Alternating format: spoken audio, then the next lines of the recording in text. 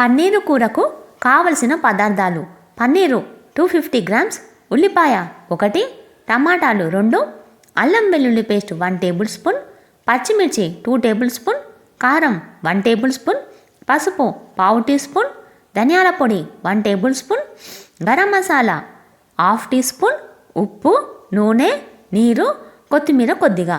తయారీ విధానం: పన్నీర్ను చిన్న ముక్కలుగా కట్ చేసుకోండి.